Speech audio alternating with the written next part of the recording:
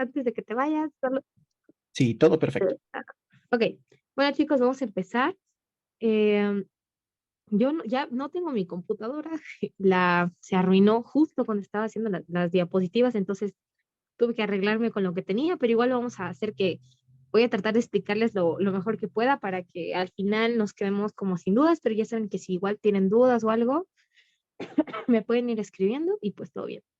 Así que nada, vamos a empezar por el capítulo 11, el sistema muscular. Y bueno, vamos a empezar con lo que son desequilibrios homeostáticos. Esto ya viene a estar en la página 400, ¿ok? Ya, ahora, dentro del sistema muscular, ¿no? Y dentro de estos desequilibrios homostáticos, el libro comenta algunos datos acerca de los tipos de lesiones relacionadas con las carreras, ¿ok? Carreras de principalmente las personas que corren, ¿no? O que hacen velocidad o que trotan, ¿ok? El problema con este tipo de lesiones es que muchas de estas no llegan a ser tratadas, ¿ok? O son maltratadas, ¿ok? Porque generalmente cualquier tipo de lesión en general tiende a curarse. Si la persona es joven, si no tiene otros factores de riesgo, si no tiene otro tipo de enfermedad peligrosa, las lesiones normalmente se curan, ¿no?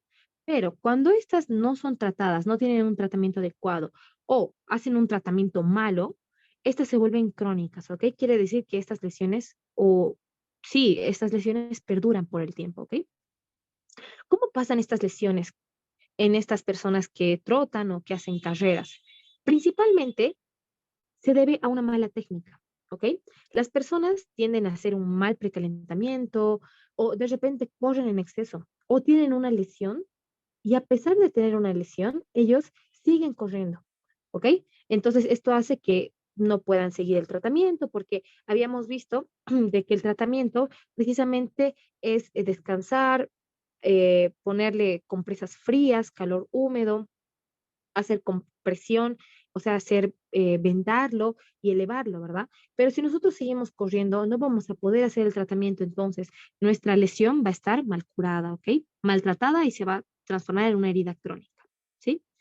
Ahora, también, si vemos de que una persona o un corredor, por ejemplo, empieza a realizar ejercicio en superficies duras, en superficies irregulares, eso también va a contribuir a que esta persona tenga lesiones, ¿ok? También el calzado, chicos, los calzados que están mal fabricados, que están gastados, también ayudan a que la persona sea más propensa a presentar lesiones, ¿ok? Por eso hay tenis específicos, ¿no? Para los que hacen carreras, para los diferentes tipos de suelo o diferentes tipos de deporte, ¿sí? Ahora, ¿dónde suceden más frecuentemente las lesiones? En tobillo, en rodillas, en el tendón calcáneo, el tendón de Aquiles, en la cadera, en la ingle, en todo el pie, en la espalda, ¿ok?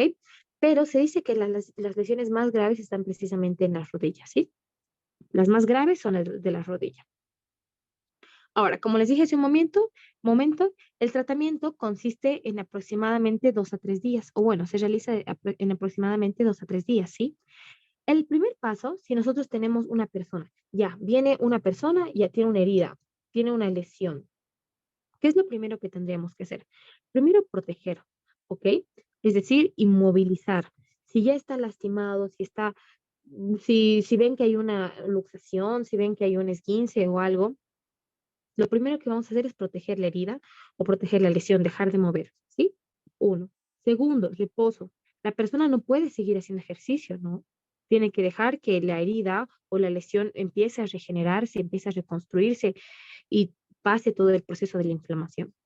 Luego, ponerle hielo, ¿ok? Habíamos dicho que el hielo es importante porque ayuda a que no haya mayor tumefacción. Es como que el hielo enfría y hace de que las células de la inflamación, porque la inflamación está dada por células, ¿ok? Entonces, si está fría la herida, estas heridas, no, estas células de la inflamación no pueden llegar tan rápido. ¿Ok? Entonces no hay tanta tumefacción, no hay tanta inflamación, ¿ok? Si nosotros a una herida le ponemos calor, el calor va a hacer que haya mayor inflamación, ¿ok?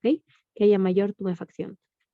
Pero el frío No, entonces el tratamiento es frío, ¿ok? Luego hacer compresiones, es decir, usar vendas y también elevar el pie, ¿ok? Ya habíamos dicho que la elevación es precisamente encima del nivel del corazón, ¿verdad? Si estamos echados, pongamos, estamos a 90 grados, ¿verdad? Echados. Entonces, si estamos echados, tendríamos que poner, pongamos que esa es la cabecita, aquí está el corazón, ¿ok? Un ejemplo. Entonces, el pie tendría que estar ahí, encima del nivel del corazón, ¿ok?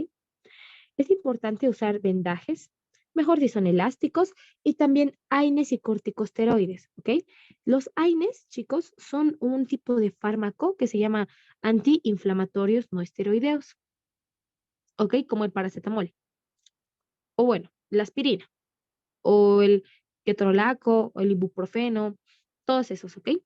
Todos esos son AINES. Entonces, hay que darle, dentro del tratamiento está darles los AINES y también corticosteroides, ¿ok? Que igual son antiinflamatorios, pero que son más fuertes, ¿sí?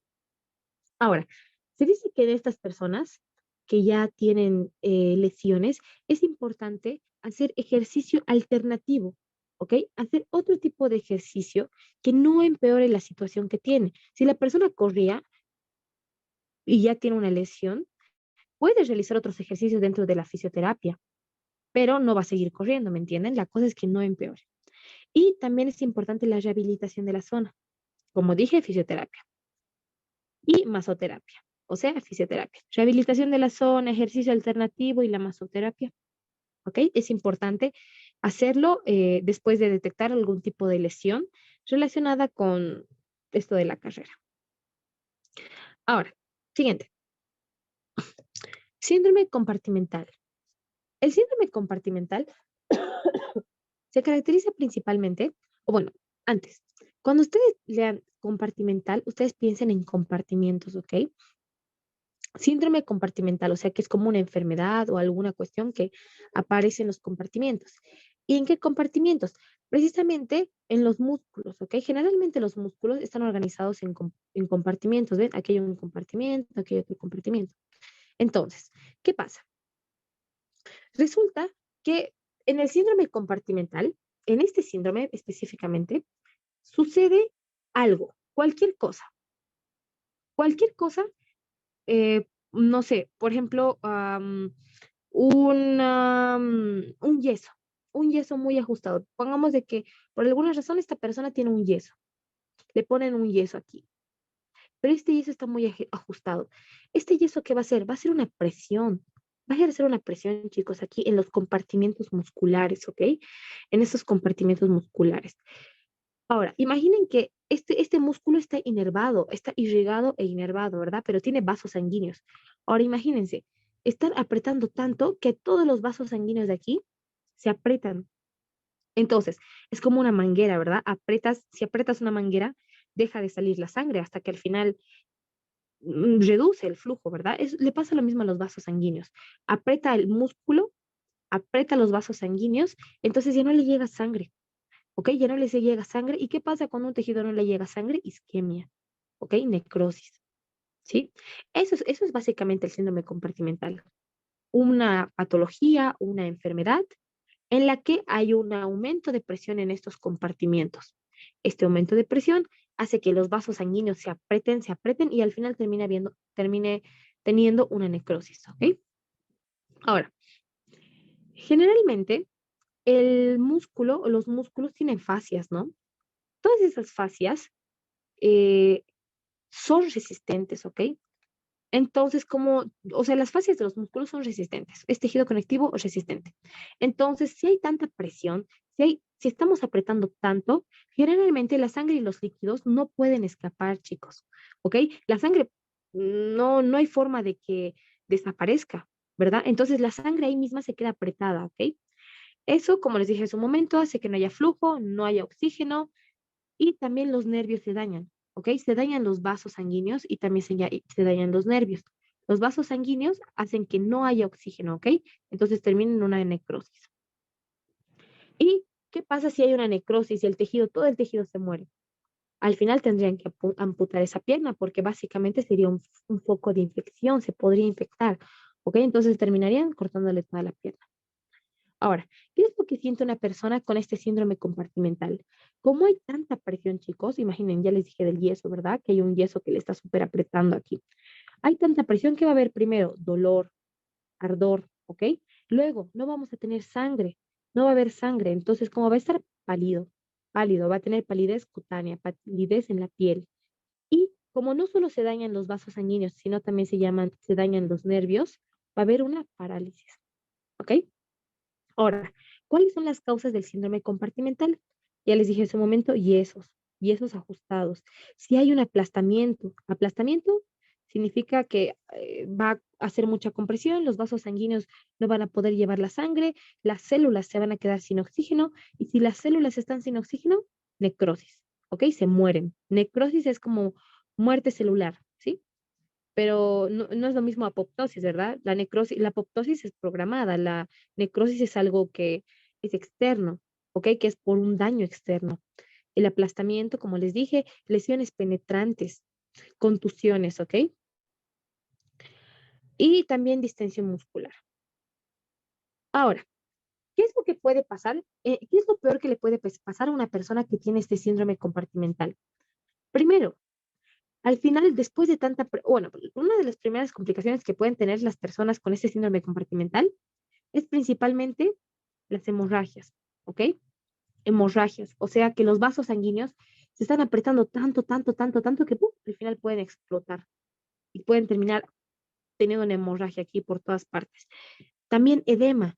Edema, chicos, el edema es cuando el pie está como inflamado y lleno de agua, ¿ok?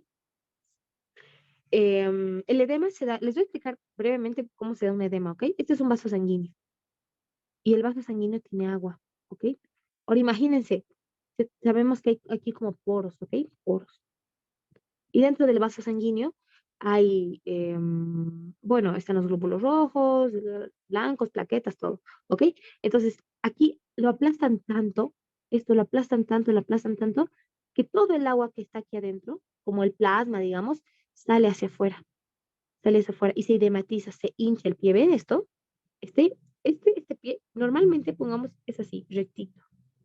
Y este está edematizado, ¿ven? Está hinchado. ¿Ok? Y eso se da por el aumento de la presión. Hay un aumento de presión tan fuerte que al final el agua dentro de los vasos sanguíneos, como el plasma, digamos, o el líquido extracelular de la sangre, termina yéndose a los tejidos, ¿ok? Entonces, esas personas pueden tener hemorragias, pueden tener edemas, ¿ok? Y también tejido cicatrizal, porque hay tanta presión que termina dañando, ¿ok? Termina dañando el músculo. Se daña el músculo se repara como en forma de cicatrices. Entonces, estas cicatrices hacen que el músculo ya no pueda contraerse de la misma manera, ¿ok? Entonces, si este músculo antes podía estirarse y contraerse, como ahora está lleno de cicatrices, ya no va a poder hacer esas cosas, ¿ok? Entonces, va a tener un acortamiento, ese músculo va a perder su capacidad. Todas estas son las complicaciones del síndrome compartimental, ¿ok? Ahora, ¿qué es lo que se hace? ¿Cuál es el tratamiento? Si habíamos dicho que el síndrome compartimental es que hay una presión muy grande. Aquí está todo presionado. Hay que liberar esa presión, ¿ok? ¿Cómo? Con una fasciotomía, ¿ven? Fascio, fascia. Tomé, cortar. Cortar la fascia, ¿ok? Se cortan las fascias musculares. ¿Ven esto? Esto de aquí es la fascia. Esto es la piel, ¿no? Y esta cosa de aquí blanca, esta cosa de aquí blanca, esto es la fascia. Entonces se hace una fasciotomía, porque la fascia es la que está presionando. La piel se puede estirar, la piel es elástica, como en las embarazadas, ¿verdad? Se estira, la piel se estira. La fascia, esta fascia muscular es la que no. Entonces entran y ¡paf! Hacen un corte y se libera. Entonces ahora es como que la piel ya puede expandirse, ya lo que necesita. Entonces estos vasos sanguíneos que estaban todos aplastados, ahora ya no, ahora pueden pasar sangre normal y le va a llegar sangre y los nervios ya no van a estar aplastados y todo bien, ¿ok? El objetivo es liberar la presión. Ven aquí, en esta imagen de aquí vemos que todos estos músculos de aquí, las fascias de aquí, porque todas estas son las fascias, ¿verdad? Ven esto de aquí, estos son los vasos, estos son los vasitos. Y ven el músculo, todo este músculo de aquí todo este músculo de aquí, alrededor, aprietan estos vasitos. Estos de aquí, los aprietan estos de aquí. Entonces, cuando nosotros cortamos la fascia, pum, los liberamos y ya. Ahora, siguiente tema, o siguiente caso, fascitis plantar, ¿ok? Fascitis plantar. Fascitis suena como a fascia y itis, inflamación, ¿ok?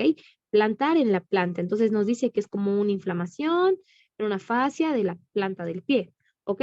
También se llama síndrome del talón doloroso. ¿Qué es el síndrome del talón doloroso? Es una inflamación, itis, de la aponeurosis plantar, ¿ok? Esto. O la fascia. Puede ser una inflamación en la aponeurosis o en la fascia, o la fascia. ¿Dónde? Del calcáneo, ¿ok? El hueso que hace el talón. Ahora, ¿por qué tendríamos que tener una inflamación en el talón? Porque esta fascitis plantar es eso, es como un talón inflamado, una inflamación en el talón.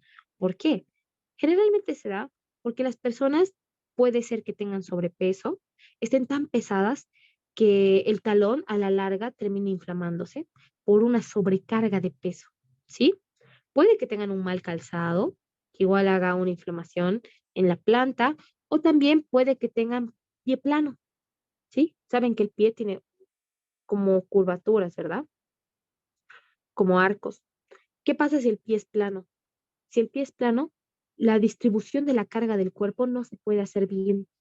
Entonces, digamos que todo el peso se puede ir acumulando en el talón, porque todo el peso tiene que ir acumulándose en diferentes partes del pie, ¿verdad? Para que equilibre.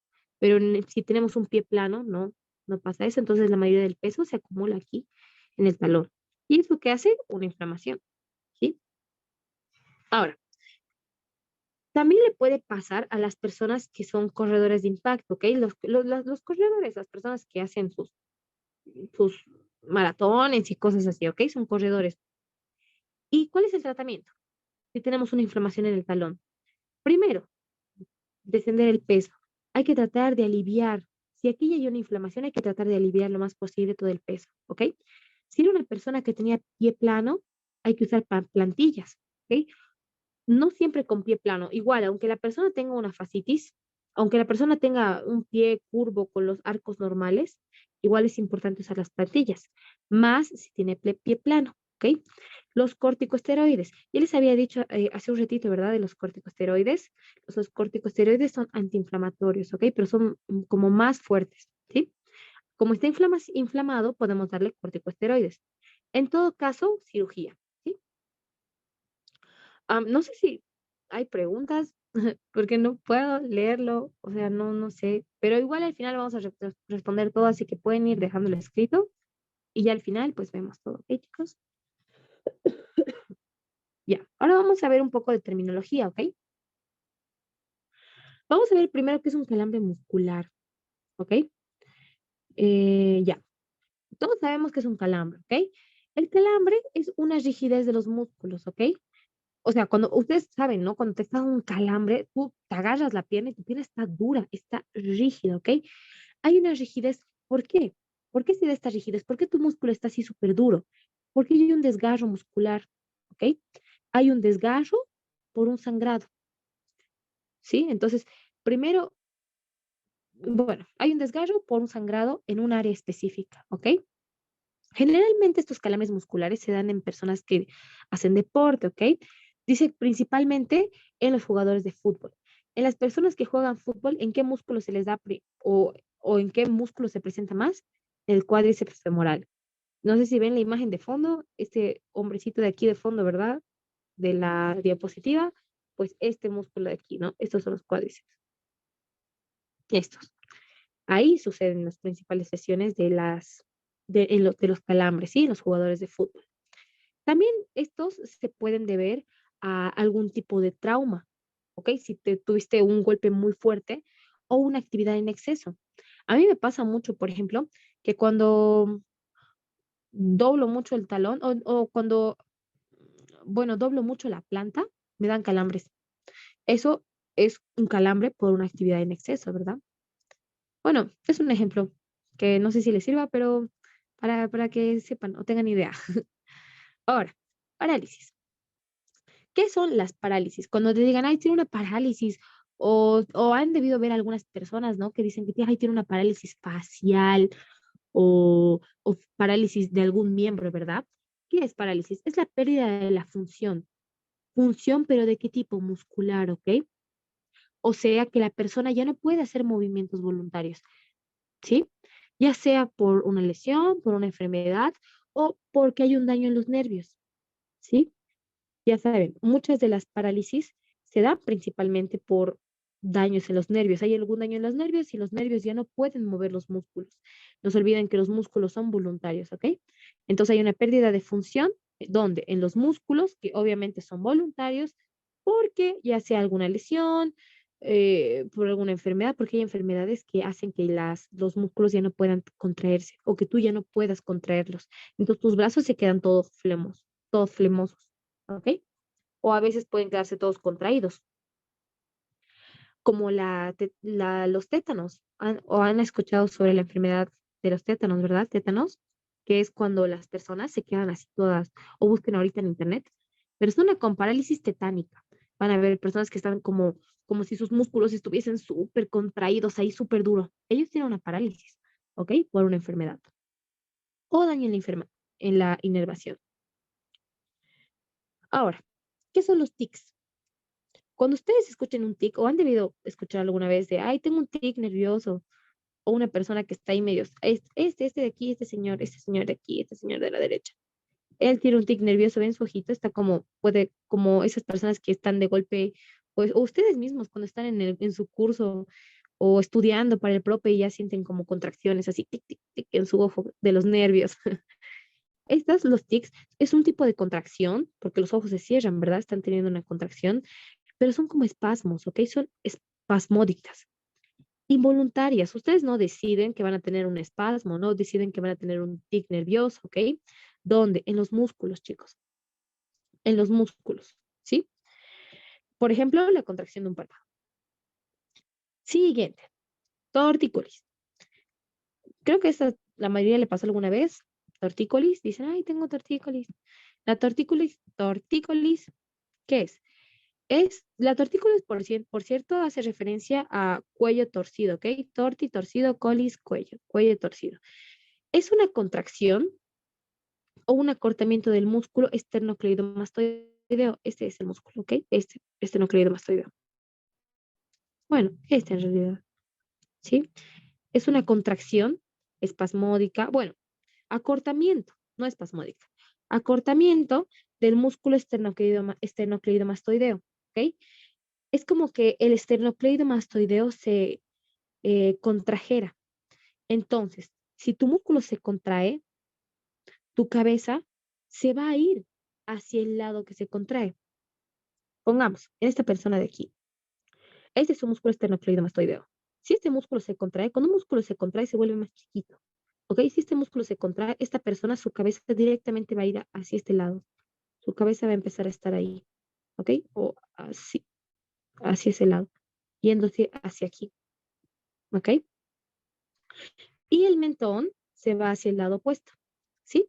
Entonces, en la tortícolis es una contracción o acortamiento, porque cuando los músculos se contraen, se acortan, ¿verdad? Las fibras se entrecruzan y se acortan.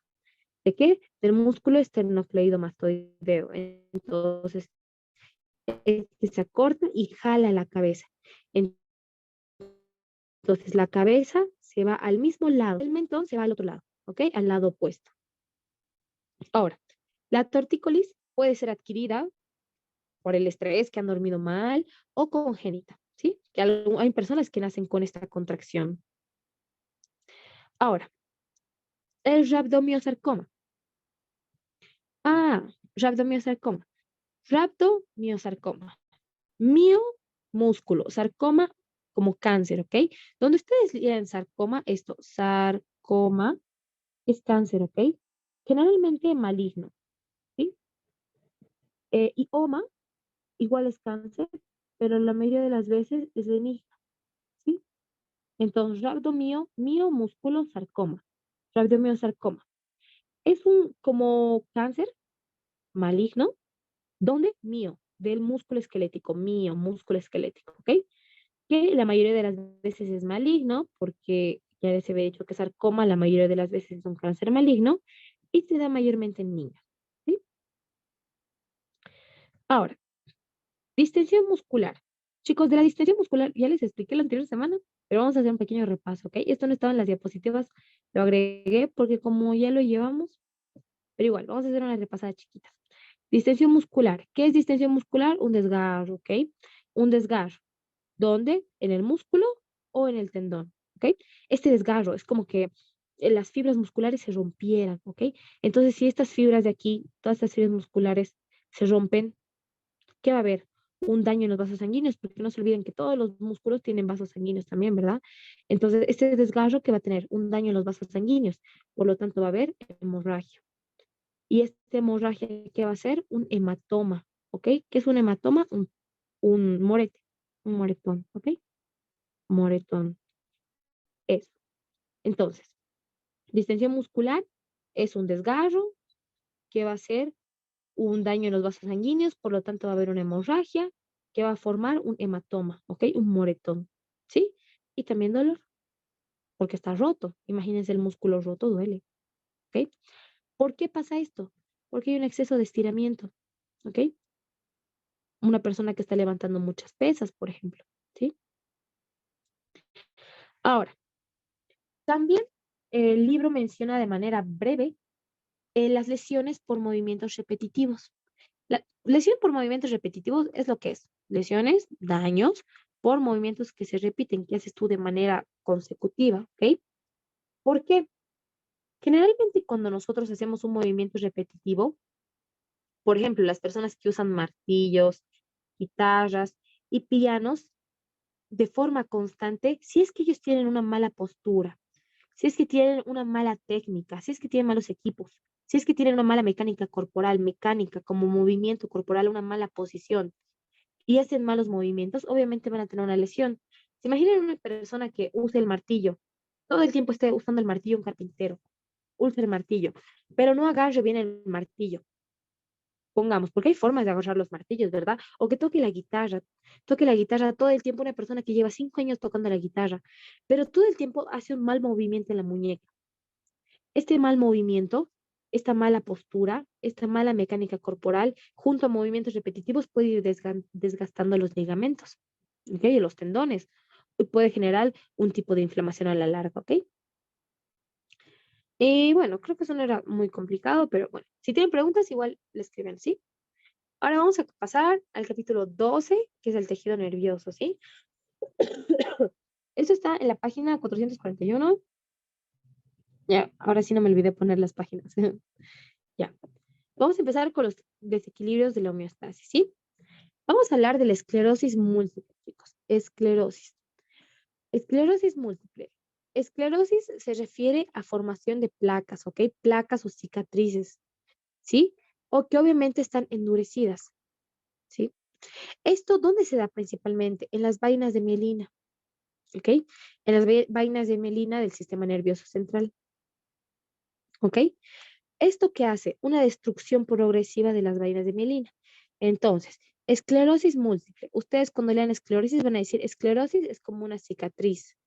Es como una cicatriz, como un daño que obviamente está endurecida, porque las cicatrices son duras, no se olviden que son como fibras, ¿no? ¿Y por qué hay una cicatriz? Porque hubo primero una destrucción progresiva. O sea, que no es de la noche a la mañana, no es que de la noche a la mañana, ya tiene esclerosis, no. Es una destrucción progresiva que se va dando poco a poco, ¿ok?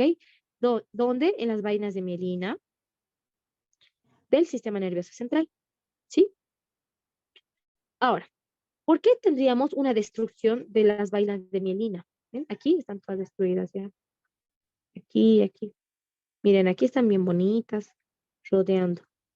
Y aquí ya están todas consumidas. ¿Por qué se destruiría? Primero, los genes. Muchas enfermedades genéticas hace que ya de forma autoinmune, por ejemplo, haga esta destrucción de las vainas de mielina. O también por el virus del herpes. Herpes, ¿ok? El herpes igual hace este daño.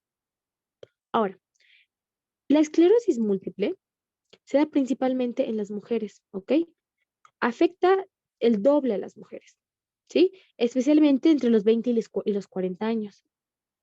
Ahora, más si son de raza blanca, o sea, mujeres entre 20 y 40 años, nosotros o algunas de ustedes que ya deben tener 17 o tal vez 18, ya podrían padecer esclerosis múltiple, ¿ok? Entonces, la esclerosis múltiple es más común en las personas de raza blanca, ¿sí? No tanto en los de raza negra y menos en los asiáticos, los chinitos, los coreanos, japoneses, ya no, es raro que ellos tengan esclerosis múltiple, ¿ok? Ahora, el problema aquí, o el principal problema dentro de la esclerosis múltiple es autoinmune, ¿ok? Incluso el virus del herpes hace que haya un ataque autoinmune, autoinmunitario. ¿Qué es eso? Autoinmunitario, auto, mío, inmunidad.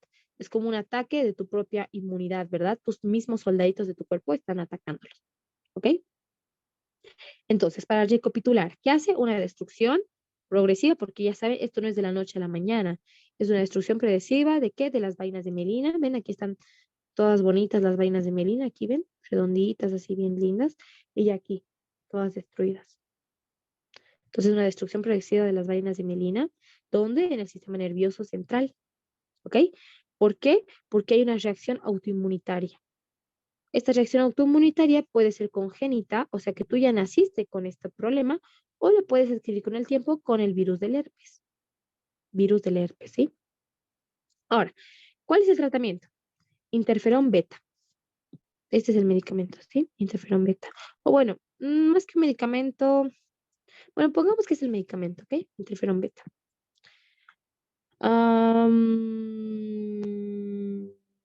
Ya, ahorita les voy a hablar bien del interferón beta, ¿sí? Por mientras, les había dicho que la esclerosis múltiple, el problema principalmente es que hay una cicatrización, ¿no? Hay una cicatrización. Entonces, imagínense que es como una carretera, es como una carretera. Los impulsos van por la carretera bien, pero ¿qué pasa si la carretera está llena de baches, está llena de piedras o está toda irregular? Los autos no van a poder ir igual por la avenida, ¿verdad? Van a tener que ir más lento. Es lo mismo con los impulsos. Estas cicatrices, ¿qué hace? Lentece, ¿ok? La propagación de los impulsos, sea más lenta y tenga cortocircuitos. La cicatriz, estas cicatrices que están encima endurecidas, hacen cortocircuitos y hacen que todo sea más lento, ¿ok? Ahora, ¿cómo diagnosticamos? ¿Cómo sabemos que una persona tiene esclerosis múltiple? El diagnóstico de la esclerosis múltiple es muy complejo, ¿ok? Pero su libro menciona la resonancia magnética, ¿ok? La resonancia magnética es como un rayos X, un estudio como los rayos X o como la tomografía, ¿ok? No, no son igual, pero es para que tengan una idea. Igual si es una máquina, pero usa imanes, ¿sí? Pero bueno, se usa la resonancia magnética, ¿sí? Y se ven placas, se ven estas placas cicatrizales. ¿Dónde? En el encéfalo y en la médula. Porque la esclerosis múltiple es del sistema nervioso central, no es del sistema nervioso periférico. Por lo tanto, si va a haber lesiones, ¿dónde va a haber? Encéfalo y médula. Nada de nervios periféricos, no. Encéfalo, médula. ¿Ok? Ahora, ¿qué es lo que la persona va a presentar? Si una persona tiene esclerosis múltiple, ¿qué es lo primero que va a tener? Primero, debilidad muscular. Imagínense que todo esto está dañado.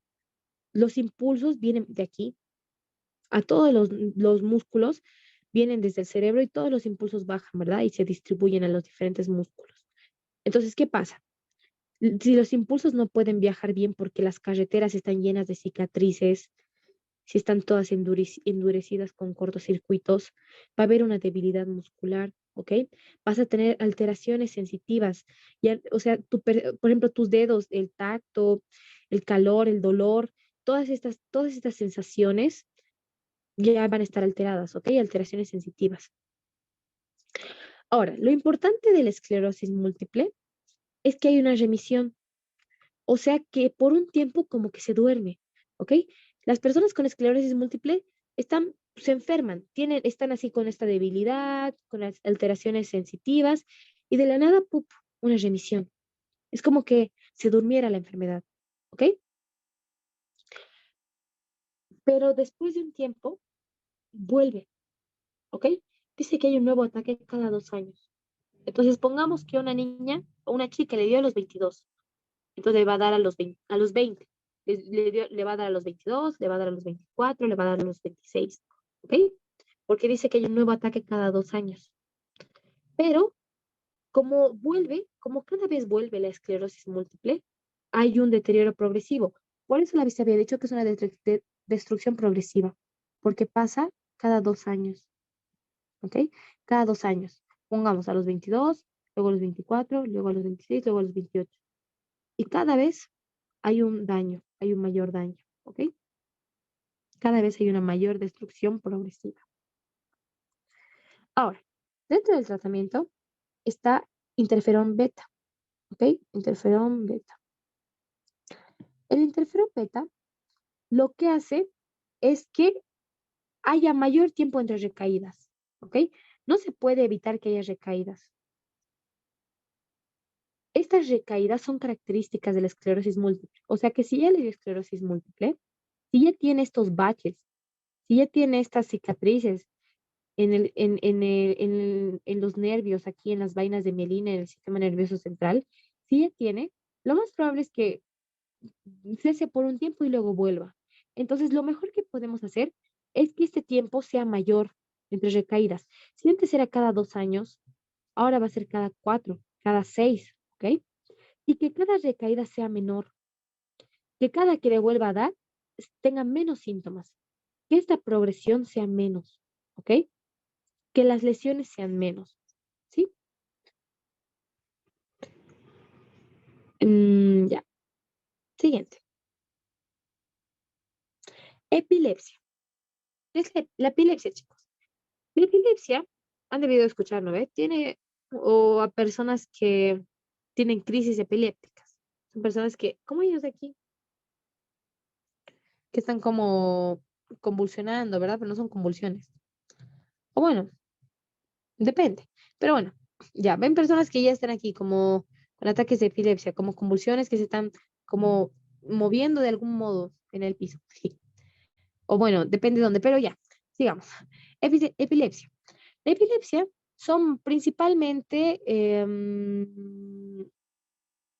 bueno, antes, la epilepsia a, se debe principalmente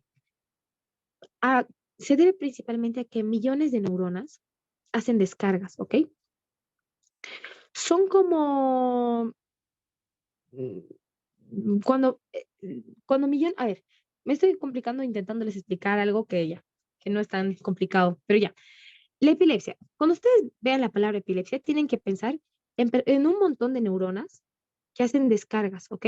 Muchas descargas. Es como normalmente una neurona, esta es una neurona, hace una descarga y luego la manda a la otra, y luego la manda a la otra, y luego la manda a la otra, ¿ok? Pero hay como un orden lineal, ¿sí? Ahora, ¿qué pasa cuando hay millones de neuronas que hacen descargas al mismo tiempo? ¿Ok? Porque son sincrónicas. Todas descargan al mismo tiempo. Son anormales, ¿ok? Generalmente porque hay circuitos anómalos. Las neuronas tienen, como les dije hace un momento, un orden lineal. Entonces, ¿qué pasa si de la nada, pongamos, esta es una línea, es el orden lineal que siguen todas las neuronas para hacer sus descargas? ¿Qué pasa si de la nada aparece un circuito extra? De la nada, puff, un circuito aparece de la nada y otro circuito. Desordena el orden que tienen, ¿ok? A eso se refieren circuitos reverberantes anómalos, ¿ok? Entonces, las neuronas como que se vuelven locas, hacen señales, hacen señales, circuitos anómalos que no tienen estimulación previa, ¿sí? Esas personas, generalmente, estos ataques de epilepsia que les dan son cortos, ¿ok? Son recurrentes. Y muchas veces afecta a la función motora, sensitiva, incluso a la psicológica. Pero se dice que las personas que tienen epilepsia no llega, no llega a verse afectada su inteligencia, ¿sí? Ahora, hay tipos de epilepsia, ¿ok? Puede ser crisis, por cierto, las epilepsias se manifiestan como crisis epilépticas, ¿ok? Estas crisis epilépticas pueden ser parciales o generalizadas. Parciales. Parciales que se dan en un pequeño sector, ¿ok? En el encéfalo. Y las generalizadas son más generales porque se dan a ambos lados en el encéfalo. Las personas que tienen estas crisis generalizadas de epilepsia tienden a perder la conciencia porque es en ambos lados. Es como que todo el encéfalo se consume en la epilepsia, entonces ellos pierden la conciencia. Pero los que son parciales, no. Los síntomas son moderados, ¿sí? Hay personas, o principalmente los niños pueden llegar a tener epilepsia relacionada con la fiebre, ¿ok? Pero eso como un dato extra. Creo que el libro también lo menciona en una parte pequeña. Ahora, ¿por qué las personas tienen epilepsias?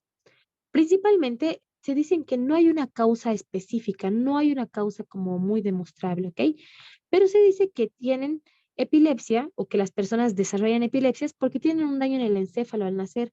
Puede que al nacer, al pasar por el canal vaginal, tuvieron una mala maniobra y tuvieron o una lesión que hace que los niños ahora desarrollen epilepsias, ¿ok?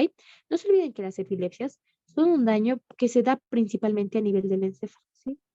Encéfalo. Por eso, el daño en el encéfalo del recién nacido puede ser una causa de desarrollo de epilepsia. De hecho, es la más común, ¿sí? También puede ser por alteraciones del calcio, hipocalcemia, ¿ok? El calcio, chicos, es muy importante en el cuerpo, ¿ok? El calcio es como un mediador de diferentes reacciones, ¿sí? Pero en este caso, la deficiencia de calcio, o sea, la hipocalcemia, puede hacer que la persona tenga epilepsia. Hipoglicemia. Hipoglicemia es falta de azúcar en la sangre, ¿no ve? Cuando se les baja el azúcar pueden tener epilepsias. También en el caso de las meningitis. Meningitis, encefalitis. Meningitis, inflamación de las meninges, encefalitis, inflamación del encéfalo. ¿Ok? Las personas que consumen alcohol, que están intoxicadas, pueden tener una epilepsia. Las personas que consumen alucinógenos también, que ya tienen una hemorragia, que están perdiendo mucha sangre, pueden desarrollar epilepsias. ¿Ok? O hipotensión. Hipotensión es cuando la presión arterial se les baja, ¿ok? En ellos también. Ahora, cuando tienen un trauma es golpe, ¿ok? En el encéfalo craneal, en el cráneo. Cuando hay algún tumor o algún absceso dentro del cráneo, esta presión hace que las personas desarrollen epilepsias, ¿ok? Si la persona tiene epilepsia, ¿qué hay que darle? Un antiepiléptico, ¿ok? Y estos son los fármacos que son antiepilépticos. La fenitoína, la carbamazepina, el valproato sódico, ¿ok? Estos tres, son tres. Ahora, otra, otra forma de tratar también es a través de un dispositivo que estimule el nervio vago, ¿ok? Primero, intentamos con medicamentos, con fármacos. Segundo, usamos este dispositivo para estimular el nervio vago, ¿ok? El nervio vago, el 10. Y si es que no funciona, podemos hacer una cirugía en pacientes graves, ¿ok? Entonces, primero fármacos, luego dice si no funcionan los fármacos, haces la estimulación del nervio vago y si es que no funciona el nervio vago, quirúrgico, cirugía, ¿ok? Esto en personas epilépticas. Ok, siguiente. Excitoxicidad. ¿Qué es esto? La excitoxicidad es una toxicidad o es un tipo de toxicidad, un efecto tóxico, debido a los niveles altos de glutamato. ¿Ok? ¿Glutamato dónde? En el sistema nervioso central. ¿Ok? Este alto nivel de glutamato lo que hace es una destrucción de las neuronas. ¿Ok? Porque hay un exceso de excitación. Porque hay un exceso de excitación neuronal. ¿Ok? Que hace que las neuronas terminen muriendo. ¿Ok? Para aclarar un poco esto, todo empieza con la falta de oxígeno. No hay oxígeno, no hay oxígeno. Entonces, como no hay oxígeno, hay unos transportadores de glutamato. Si no hay oxígeno, los transportadores de glutamato no funcionan. ¿Ok? Entonces, ¿qué pasa con el glutamato? Los transportadores de glutamato tienen que llevarse el glutamato. Entonces, como no hay oxígeno, no funcionan. Entonces, como no funcionan, nadie ni nada puede llevarse el glutamato. Entonces, ¿qué pasa con el glutamato? Aumenta, ¿ok? Aumenta, se acumula.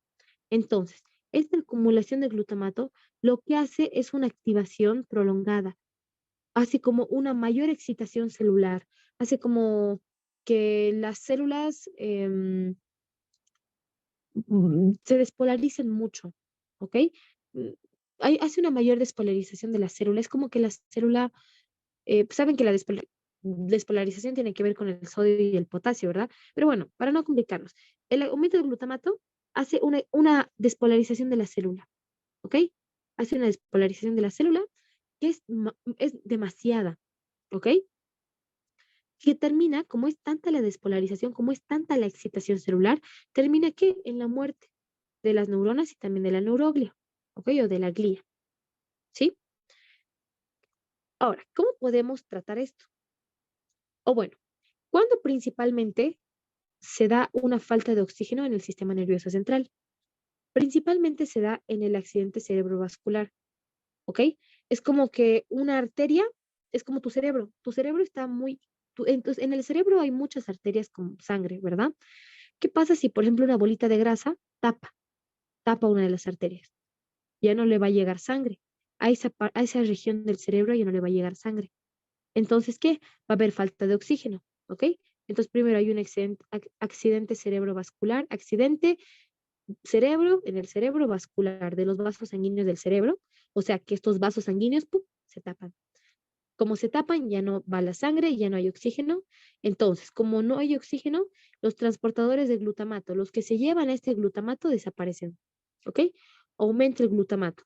Y aumenta tanto, tanto en exceso que hace un exceso de excitación de las células. Y las células tienen una despolarización, una excitación tan grande que terminan en muerte. ¿Sí? Eso. Ahora, depresión. Vamos a hablar un poco de la depresión. La depresión. ¿Cómo sabemos que una persona tiene depresión? De hecho, el diagnóstico de la depresión como tal es un poco complejo, ¿no? No es que cualquier persona pueda decir que uno u otro tiene depresión. Pero generalmente son pacientes tristes, son pacientes que están desesperanzados, que tienen falta de interés con pensamientos suicidas, ¿ok? Hay tipos de depresión. Hay un criterio que se llama depresión mayor, ¿ok? Depresión mayor es la depresión que lleva más de 2 semanas, ¿ok? Depresión mayor, mayor, más de 2 semanas, ¿sí? También existe la distimia, distimia, mm, la distimia. La distimia, a diferencia de la depresión mayor, a diferencia de la depresión mayor, la distimia es un tipo de depresión por periodos, ¿ok? Pero que generalmente se da por periodos, pero que tiene un buen desenlace, digamos, ¿ok? Luego tenemos el trastorno bipolar. Han debido escuchar, ay, qué bipolar eres, ¿verdad? El trastorno bipolar es un tipo de trastorno, es un tipo de patología en las personas que desarrollan dos personalidades. Bipolar, dos polos. Las personas bipolares desarrollan como no dos personalidades, pero tienen dos características. La depresión, son personas que de la nada pueden estar tristes, y maníacos. De la nada están tristes y de la nada, puff, se ponen eufóricos. Estar maníaco es estar eufórico, como súper emocionado, súper extasiado, súper feliz, con mucha energía, ¿ok? Estas son las personas bipolares, ¿ok? Entonces, la depresión puede ser depresión mayor, que dura más de 2 semanas, distimia, que es un tipo de depresión que se da por periodos, pero que en general tiene un buen desarrollo. Y la depresión también se encuentra en el trastorno bipolar, porque estas personas bipolares tienen depresión, o sea, están tristes y de la nada se ponen maníacos, súper eufóricos, súper emocionados, ¿ok? Ahora, la depresión también se puede presentar por temporadas, ¿ok? De forma estacional. Hay un tipo de trastorno afectivo estacional, ¿ok? Estacional porque se da principalmente en invierno, en las estaciones del año, ¿no? Está principalmente en invierno por la falta del sol.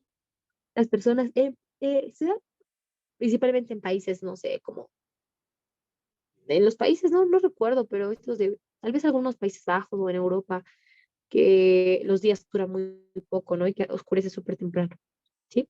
En estas personas también se da depresión, pero es estacional, ¿sí? Ahora, la causa de la depresión exactamente se desconoce. Se cree que es por un desequilibrio de la serotonina, ¿ok? Chicos, la serotonina es un neurotransmisor, ¿sí? Entonces, se cree que la depresión puede ser por un desequilibrio de la serotonina, de la noradrenalina o de la dopamina en el encéfalo, ¿ok? Ahora, ¿qué hace? ¿Qué contribuye a que una persona tenga más depresión? ¿O qué hace que una persona tenga más propensión a tener depresión? ¿Qué le hace más propensa? Primero, herencia genética. La depresión, chicos, y hay muchos trastornos mentales son hereditarios, ¿ok? Em, bueno, herencia genética, luego el estrés contribuye a que la persona pues, se sienta más, agrave su depresión, enfermedades crónicas, imagina una persona con enfermedad renal crónica que hace diálisis o personas con cáncer, por ejemplo, tienden a desarrollar la depresión, personas con baja autoestima, ¿ok? O con algún tipo de anomalía hormonal. Ahora, ¿cuál es el tratamiento farmacológico? Habíamos dicho que una de las causas de depresión es porque falta, ¿qué? Serotonina. Entonces, ¿qué hay que darle? Si le falta serotonina, ¿qué hay que hacer? Un aumento de serotonina, ¿verdad? Entonces, ¿cómo hacemos o qué le damos para que se aumente la serotonina? Un inhibidor selectivo de la recaptación de la serotonina, ¿ok? Es un grupo de fármacos. Generalmente la serotonina, chicos, imaginemos que la serotonina son estas bolitas de aquí, ¿ok? Entonces tiene sus receptores. La serotonina se libera y va a los receptores. Aquí ¡pim! Van a los receptores. La serotonina. ¿Ok? Entonces, van a los receptores y luego se descomponen, como que se metabolizan y desaparecen. ¿Ok? Entonces, para que haya más serotonina, para que la serotonina se mantenga, para que mantenga haciendo su efecto, ¿qué hay que hacer? Bloquear a los receptores. Entonces, ¿qué hacemos? Damos un medicamento que ocupe estos receptores, que los ocupe, que los llene. Entonces, estos ya no se van a unir, ya no se van a unir y van a seguir más tiempo afuera haciendo su efecto. ¿Ok?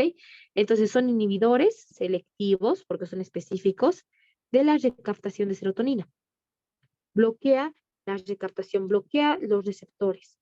Ya no hay receptores, ya no se recapta la serotonina y la serotonina va a seguir aquí flotando. ¡Uy! Y va a seguir haciendo su efecto. ¿Ok? Entonces, estos que inhiben selectivamente la recaptación de serotonina, lo que hacen es que tengan mayor vida en la sinapsis. Como ya no hay nada que los desaparezca, como los que los desaparecen están ocupados, hay mayor vida, ¿ok? Hay mayor vida en la sinapsis. La serotonina sigue libre y va a poder seguir haciendo ese efecto. ¿Cuáles son los fármacos? Fluoxetina, paroxetina y sertralina, ¿ok? No sé cómo podríamos relacionarlo con la depresión, pero bueno, depresión, tratamiento. Entonces, la depresión principalmente se da ¿por qué? Porque hay una disminución de la serotonina. ¿Qué hacemos para que no haya tanta disminución de serotonina? Bloquear la recaptación de la serotonina. ¿Ok? ¿Cuáles son estos fármacos que ocupan estos espacios para que ya no pueda recaptarse la serotonina? La fluoxetina, paroxetina y sertralina. ¿Ok? Ya. Terminología médica. Vamos a ver voy a borrar esto un poco porque está todo desordenado. Ya. Terminología médica. Síndrome de Guillain-Barré. El síndrome de Guillain-Barré es una enfermedad, un síndrome, ¿no? Que se caracteriza porque se pierde la mielina. Es un trastorno desmielinizante, ¿ok? Se pierde la mielina. ¿Ven aquí, ya no está la mielina, está toda gastada. ¿Por qué? Porque los macrófagos vienen y se lo comen. Aquí vienen los macrófagos y pum, se come la mielina, ¿ok? ¿Pero de dónde? Del sistema nervioso periférico. ¿Se acuerdan de la esclerosis múltiple? Esclerosis múltiple, donde era en el sistema nervioso central. Y también había como una cicatrices, ¿verdad? Así le vamos a decir, cicatrices. Hay cicatrices en el sistema nervioso central, en las vías del sistema nervioso central. Pero en el síndrome de Guillain-Barré es en el sistema nervioso periférico, ¿ok? Y ahí lo mismo, hay una falla en las vainas de mielina. Ah, chicos, denme un ratito, eh, solo 2 segundos, voy a decirles por favor se, que hagan silencio en mi caso un ratito.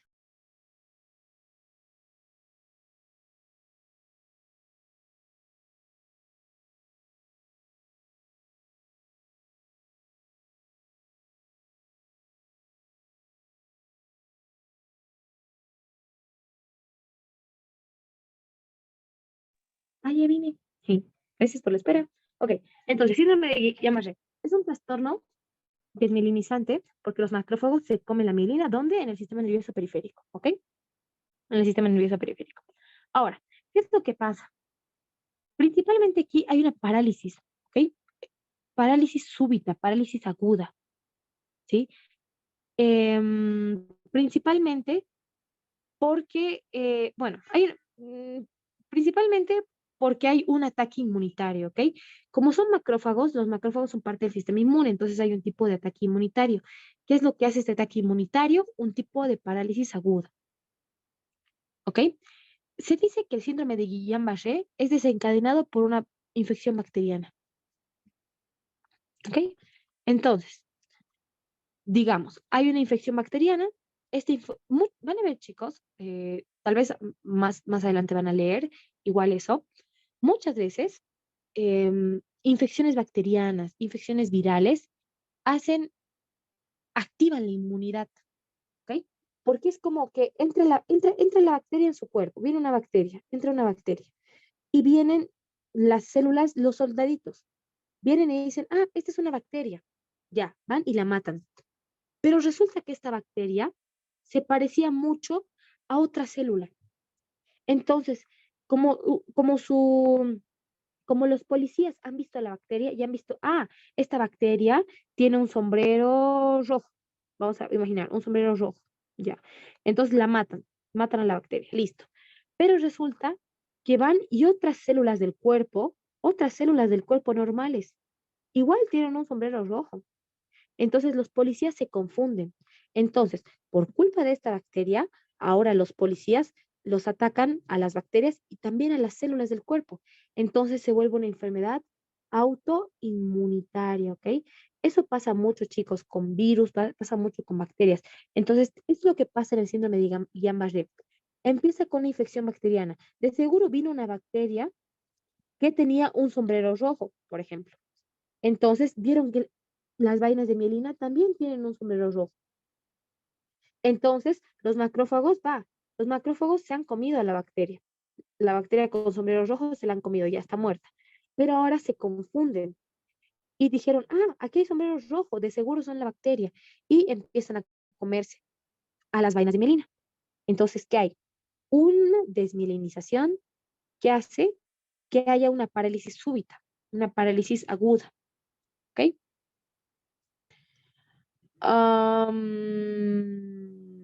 Bueno, eso. Si tienen alguna duda, igual lo escriben en el chat, ¿ok, chicos? Para que no se les olvide, luego igual leemos todo. Ahora, neuroblastoma. Neuro, sistema nervioso, blasto, célula inmadura, cáncer, tumor, ¿ok? Chicos, casi todos los tumores en el cerebro, en el sistema nervioso central, son malignos, ¿ok? Casi todos. No digo que todos, pero al menos la mayoría son malignos, ¿ok? Entonces, es un tumor maligno, es un tumor primero es un tumor poco frecuente, no es tan común. El neuroblastoma no es tan común. Es poco frecuente, pero es muy maligno, ¿ok? ¿Y por qué está compuesto por blastoma, por células inmaduras, que son los neuroblastos, ¿ok? Este tumor es muy común en lactantes, ¿ok? En lactantes, ¿sí? Y se presenta principalmente en abdomen y las glándulas suprarrenales. Pero, con que ustedes sepan que el neuroblastoma es un tumor maligno, que está formado por neuroblastos, y que es más común en lactantes, está súper bien.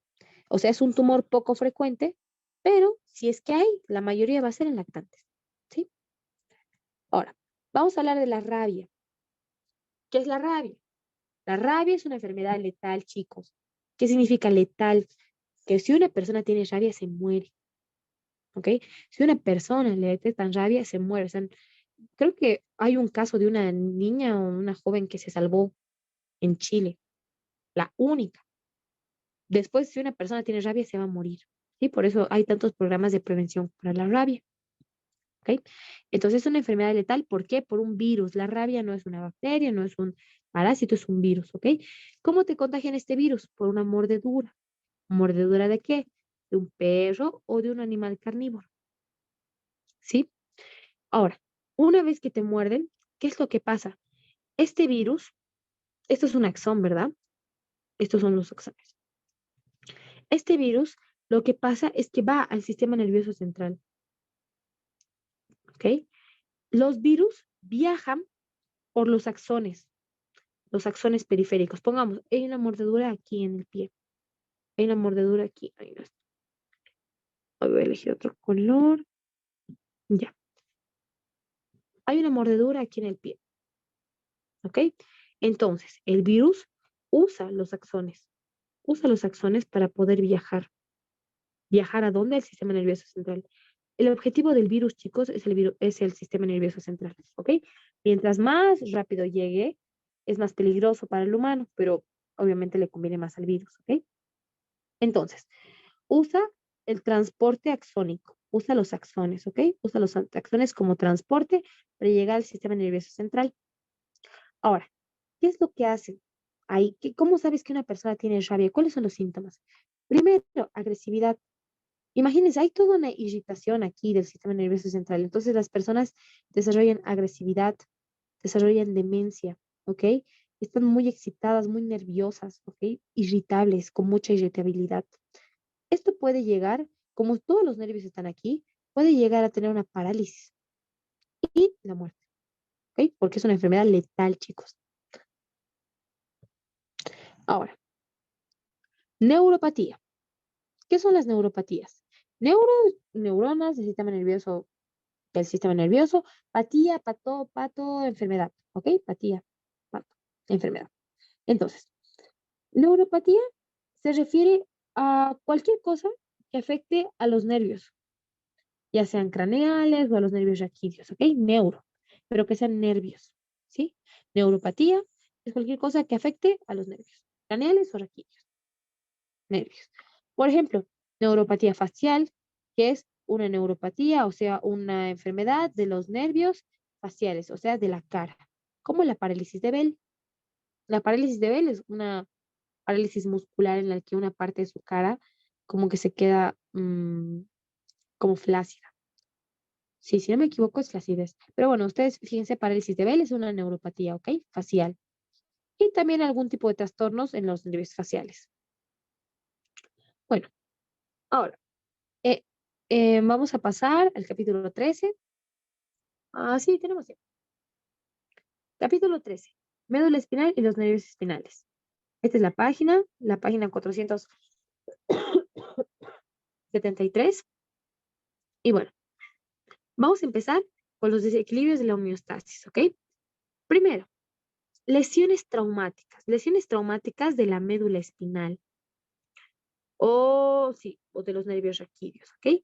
Principalmente todas estas lesiones de los nervios raquídeos, lesiones de la médula, se debe, bueno, en la mayoría de los casos se debe a accidentes automovilísticos, ¿ok? Accidentes de autos. También caídas, deportes de contacto como, no sé, el fútbol americano, las personas que hacen buceo o también por actos de violencia, ¿ok? Ahora, ¿de qué depende que esta lesión sea más grave o no? Piense que una lesión sea más grave o que una lesión sea más leve. La extensión del trauma, ¿ok? ¿Qué tanto, qué tanto de tu médula, por ejemplo, o qué tanto de em, o qué tanto de lo que sea que te hayas hecho está lastimado? ¿Qué tanta extensión hay? ¿Ok? Entonces, que sea más grave o no, depende, uno, de la extensión y dos, de la compresión. ¿Ok? principalmente de la médula espinal o su desplazamiento, ¿sí? Ahora, en un accidente o en un, no sé, en un deporte de contacto, ¿cuáles son las lesiones cuáles son los lugares que se lesionan con mayor frecuencia? Principalmente la zona cervical, la torácica inferior y la lumbar superior, ¿ok? Esos son los lugares que se lesionan con más frecuencia, ¿sí? Ahora, todas estas lesiones eh, pueden generar parálisis, ¿ok? Estos nervios es como que cortaras al nervio. Si el nervio lleva la energía para que el músculo se mueva, si nada lleva la energía al músculo, el músculo nunca se va a mover, ¿ok? Porque los nervios son súper delicados. Entonces, ¿qué pasa si nada lleva la energía? Es como el músculo está bien, todo está bien, pero si no hay nada que lleve la energía, nunca se va a contraer, nunca se va a mover y va a tener un tipo de parálisis, ¿ok? Entonces, hay tipos de parálisis. Primero, la monoplegia. Cuando solo una extremidad o solo un miembro está dañado, ese brazo, sea la pierna, solo un miembro, ¿ok? Diplegia. La diplegia es cuando ambos están dañados, ya sea ambos superiores o ambos inferiores, pero hay dos miembros dañados, ¿ok? Paraplegia. La paraplegia es igual se parece a la diplegia, ¿ok? Pero la paraplegia es específica de los miembros inferiores, ¿ok? Entonces, diplegia es que los dos están dañados, pero si hablamos, o sea, diplegia es que los dos están dañados, tanto superior como el inferior, pero si hablamos específicamente del inferior, se llamaría paraplegia, ¿ok? Luego tenemos a la hemiplegia. La hemiplegia es cuando está hemi a la mitad, ¿ok? Cuando hay un daño del miembro superior, del miembro inferior o incluso del tronco. El tronco igual puede estar dañado, pero que tiene que ser del mismo lado. ¿Ok? Puede ser una hemiplegia derecha, puede ser una hemiplegia izquierda. Y la cuadriplegia es que hay una parálisis de los cuatro miembros. ¿Sí?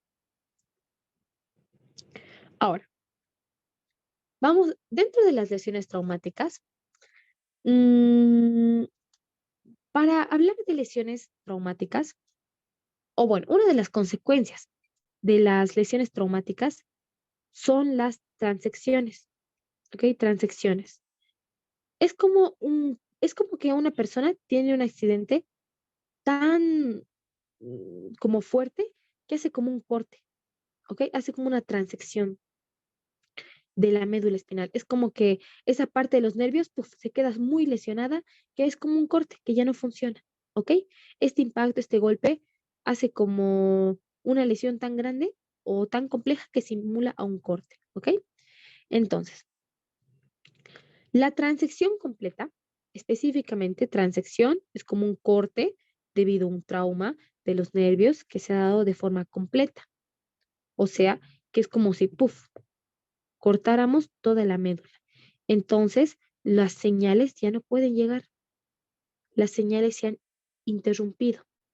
¿Ok? Entonces, ya no es como un corte total, ni sensitivo ni motor. No es que, ahora hay una transección completa. Han cortado la médula. Pasan los nervios sensitivos, no, motores, no, nada. Corten la médula, transección completa es completo, ni no pasan ni estímulos, porque todo está viniendo del cerebro, ¿verdad? Los estímulos bajan. Pero como hay una transección, no pasan ni estímulos sensitivos ni motores, ¿ok? Entonces, la transección completa, ¿qué hace? Hace una pérdida total, ¿qué? Del movimiento y también de la sensación, ¿ok? Hacen pérdida de movimiento y también de la sensibilidad, ¿ok? Ahora, depende a qué nivel se dé la lesión, vamos a tener diferentes manifestaciones. Por ejemplo, imaginen que una persona tiene una lesión aquí, ahí arriba, aquí. Es alto, ¿verdad? Imagínense los nervios, es como que toda esta parte de aquí abajo se va a quedar ya como sin función o sin inervación. Ahora, imagínense que la lesión se da a este nivel. Lo más probable es que ya se estén dañadas parte de las piernas, parte de los miembros inferiores o incluso de la pelvis, ¿verdad? O aquí. Depende a qué nivel está la lesión, vamos a poder eh, ver el estadio o la forma en la que va a quedar el paciente. ¿Ok? Si la lesión está a nivel de C1 y C3, todas las funciones musculares del cuello para abajo se pierden. ¿Ok? Si es a nivel de C1 y C3, las lesiones que están debajo del cuello se pierden. ¿Ok? Entonces, no se olviden que aquí tenemos el diafragma, los músculos respiratorios, ¿verdad? Estos músculos respiratorios se pierden. Entonces, la persona que va a necesitar asistencia mecánica para respirar, porque ¿cuál es la función del diafragma? Subir y bajar los pulmones para que permitamos el ingreso y la salida de oxígeno, ¿verdad? Entonces, no hay nada que ayude a que los pulmones puedan, no hay nada que haga como esa presión para que los pulmones puedan meter oxígeno.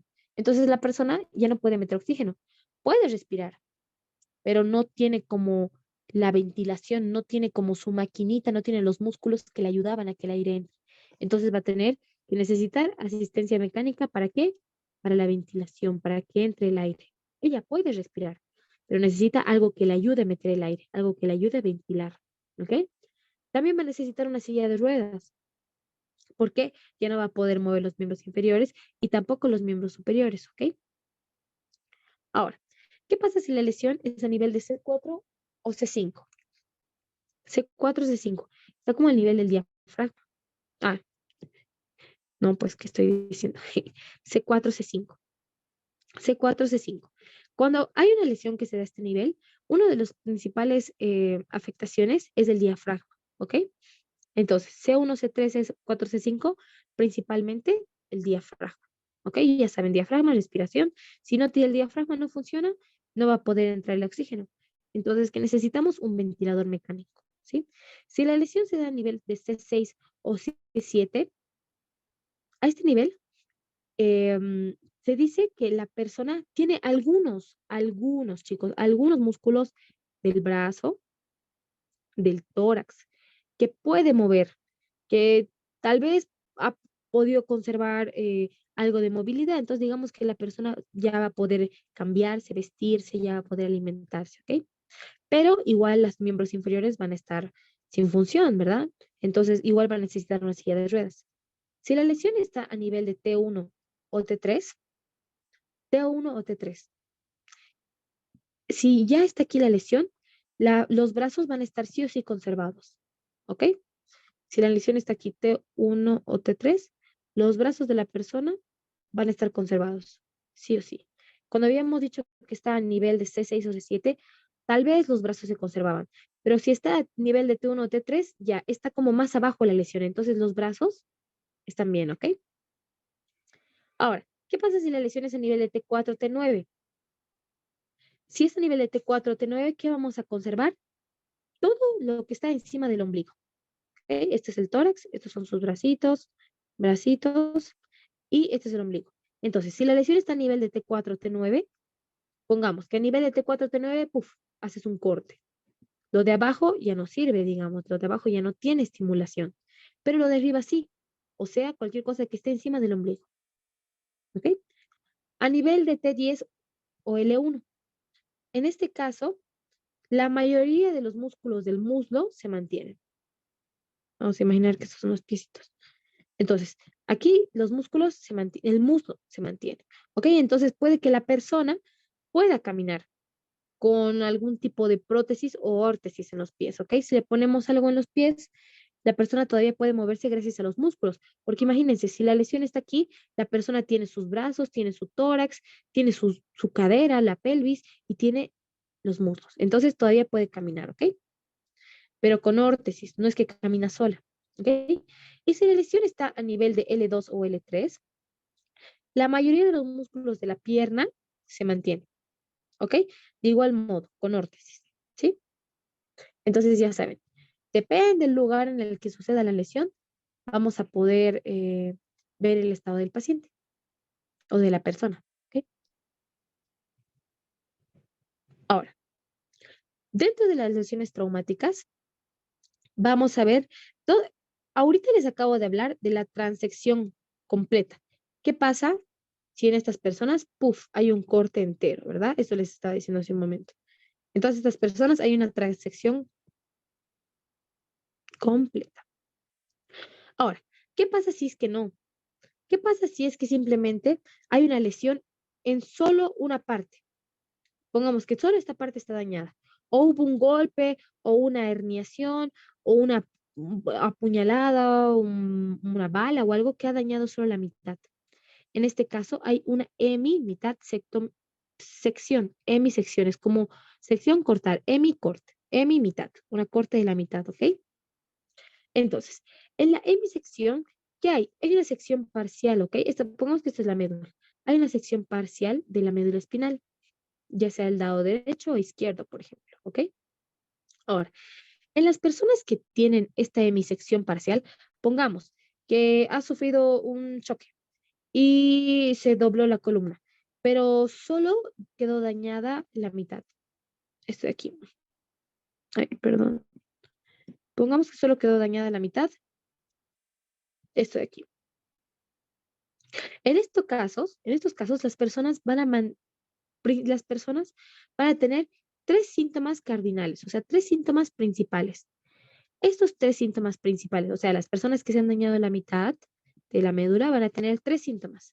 Estos tres síntomas hacen un síndrome, el síndrome de Brown-Séquard, ¿ok? Brown-Séquard, ¿sí? Este síndrome de Brown-Séquard se caracteriza por tres cosas. Uno, daño de la columna posterior. Esta es la columna posterior, ¿ok? Daño de la columna posterior. Si hay un daño en la columna posterior, la persona, ¿qué va a perder? Sensaciones, propiocepción, y va a perder el tacto fino, homolateral, ¿ok? Si el daño se hizo en la región córtico-espinal lateral, la persona va a tener una parálisis igual homolateral. Pero si la lesión se hizo en el tracto espinotalámico, o sea, a este nivel, la persona ya no va a sentir sensaciones térmicas. O sea, ya no va a sentir el frío, ya no va a sentir el calor y tampoco el dolor, pero del otro lado del cuerpo. ¿Qué quiere decir todo esto? O sea, para hacerlo más fácil, en la médula puede que se lesione la mitad de la médula, ¿ok? Si es que se lesiona la mitad de la médula, lo más probable es que tengamos, o bueno, se pueden dar tres tipos de situaciones. Estos tipos de situaciones o síntomas hacen el síndrome de Brown-Séquard, ¿ok? El síndrome de Brown-Séquard, antes, en la médula, chicos, la médula es solo un corte, ¿no? Es un corte transversal de la médula. Van a ver que en la médula hay como muchas vías nerviosas. Hay vías, pongamos, esta es la médula, ¿ok? Este es el corte. Vamos a imaginar que este corte, lo vamos a traer de aquí. Lo vamos a encajar aquí, ya está. Hay muchas vías, chicos, vías nerviosas que vienen rectito. Baja. Desde el encéfalo, pongamos, vamos a decir que este es el encéfalo. Entonces hay muchas cosas que bajan rectito. Y hay muchas que vienen del lado derecho y se cruzan a la izquierda. Así, vienen, están bajando y se cruzan. ¿Ok? Y hay muchos igual que están subiendo y se cruzan.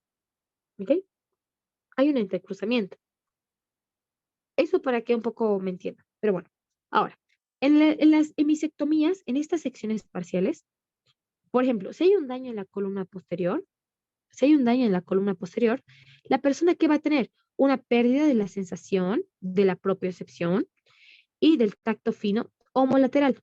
O sea, pongamos, va a perder todo el tacto fino, va a perder todo el tacto fino del lado derecho. Todo el tacto fino del lado derecho. O bueno, este sería el lado izquierdo. Pongamos el lado izquierdo. Va a perder todo la propiocepción y el tacto fino del lado izquierdo. Uno. Dos. Si hay un daño a nivel córtico-espinal lateral, pongamos aquí, porque aquí, o sea, esto igual tiene que haber este lado, ¿ok?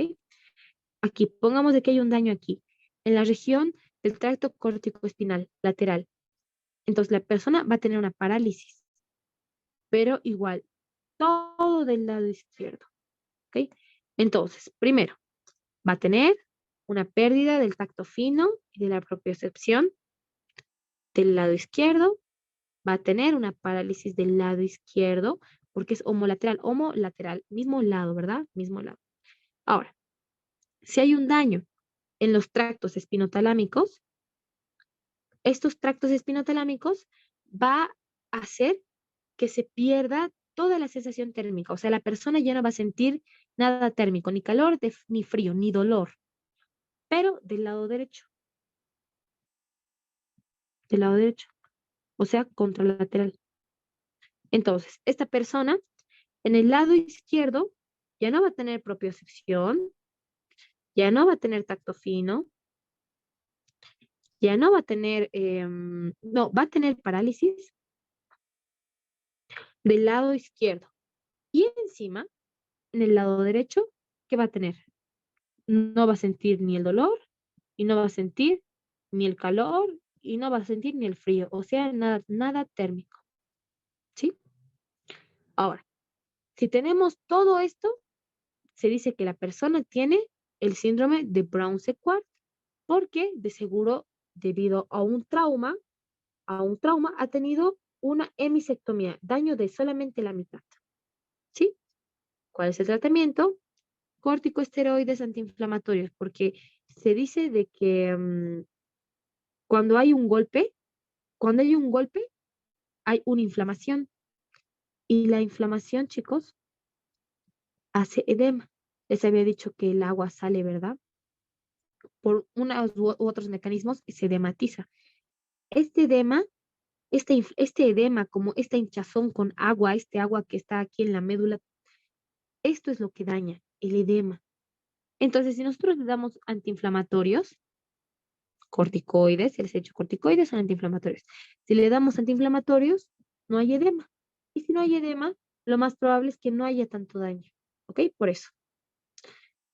Un corticoide sería la metilprednisona, ¿sí? Eh, no sé si tienen dudas sobre esto, chicos. Me pueden escribir en el chat porque sé que es un poquito complejo de entender, ¿sí? Pero bueno, sigamos. Herpes zóster. Herpes zóster, chicos, es una infección, ¿ok? Herpes, el herpes zóster está dado por el virus del herpes, ¿ok? Es un virus, no es una bacteria, nada, virus. Pero este virus causa la varicela, ¿ok? De seguro todos han tenido varicela. La varicela, o bueno, lo que les dije del virus del herpes, mejor olvídenlo, no lo anoten porque se van a confundir. Nos quedaremos con la varicela. Si a ustedes de chiquitos les ha dado varicela, la varicela va y se, ¿cómo digo? Como que se duerme en los ganglios de la raíz posterior. ¿Ok? Esta es la raíz dorsal, aquí se duermen. Aquí vienen los virus y se duermen aquí. Ustedes les ha dado varicela, todo tranquilos, bien, se han curado bien, pero estos virus vienen y se duermen. ¿Dónde? En el ganglio de la raíz posterior. Este es un ganglio, esta es la raíz posterior, esta es la raíz anterior. Este es el ganglio. Aquí se duermen los virus. ¿Ok? Generalmente los virus están dormidos. A veces los virus se reactivan. Si se reactivan, no importa, porque generalmente la inmunidad, los soldaditos del cuerpo, la inmunidad viene y los estabiliza, como que los elimina y hace que se vuelvan a dormir. ¿Ok? Pero si nosotros, digamos, estamos con las defensas bajas, con una debilidad del sistema inmune, con las defensas bajas, ¿qué va a hacer? Nadie va a poder detener a estos virus despiertos. Entonces los virus están despiertos y ¿qué hacen? Se van por los axones. ¡Uy! Escapan. Estaban encerraditos aquí. Como ya no hay policías, ya nadie está viendo porque hay escasez de policías, hay una debilidad autoinmune, se van por los axones. ¡Uy! Y se van a, principalmente a formar vesículas. Bueno, se van principalmente a los dermatomas, ¿ok? Los dermatomas son regiones de la piel que están inervadas. Es como que de aquí salen nervios, o bueno, mejor. Es como que aquí está la médula y de aquí sale un nervio, otro nervio, otro nervio. Entonces, este nervio va a inervar a todo esto. Este nervio va a inervar a todo esto. Este nervio va a inervar a todo esto, ¿ok? Y hay un nervio que inervaba todo esto, pero este nervio estaba infectado por el virus. Este virus se ha levantado, ha visto que no había policías y ha decidido irse por el axón. Se van rápido. Hay un desplazamiento axónico por los axones que es rápido. ¿Ok? Se va por los axones. ¿Por dónde? Por los dermatomas. ¿Sí? Se van por los dermatomas. ¿Y qué es lo que hace en la piel? Hace vesículas cutáneas. Esas son vesículas. Hacen como ampollitas, así, ampollitas. Ampollitas, varias ampollitas chiquititas, así, varias ampollitas chiquititas que tienen como agüita incluso dentro. Ampollitas que no son ampollitas, son vesículas, ¿ok? Ese es el nombre correcto. Vesículas cutáneas en la piel, cutis, ¿ok? Vesículas cutáneas que son dolorosas, ¿sí? Em, por ejemplo, en este caso, les había dicho, miran, ¿por qué creen ustedes que esta lesión está solo aquí? Miren qué marcadito está, ¿no? No está así deshecho, no. Miren, está bien delimitado, viene ti, ti, ti, ti, ti, ti, ti, ti, ti. Y así son las lesiones en el herpes, súper delimitadas. ¿Por qué? Porque era un nervio en específico, es un nervio, es el trayecto de un nervio.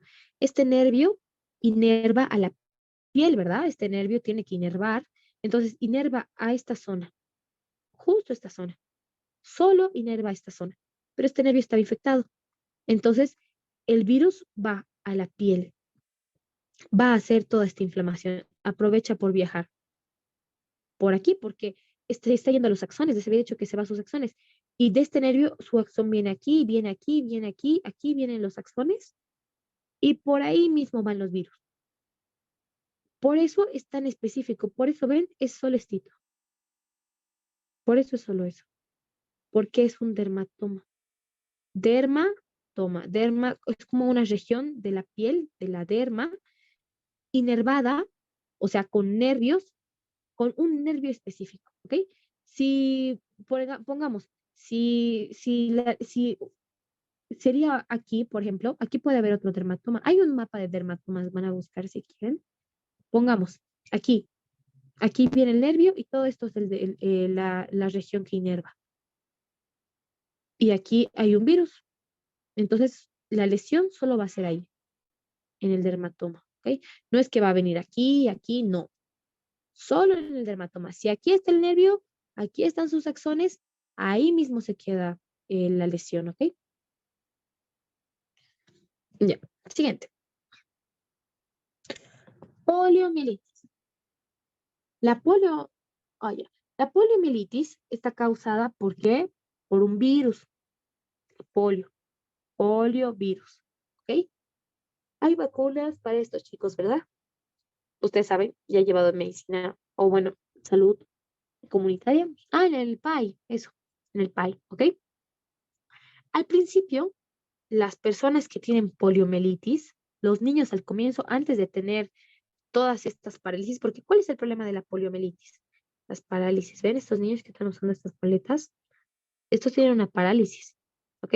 Pero antes de tener una parálisis, el polio empieza con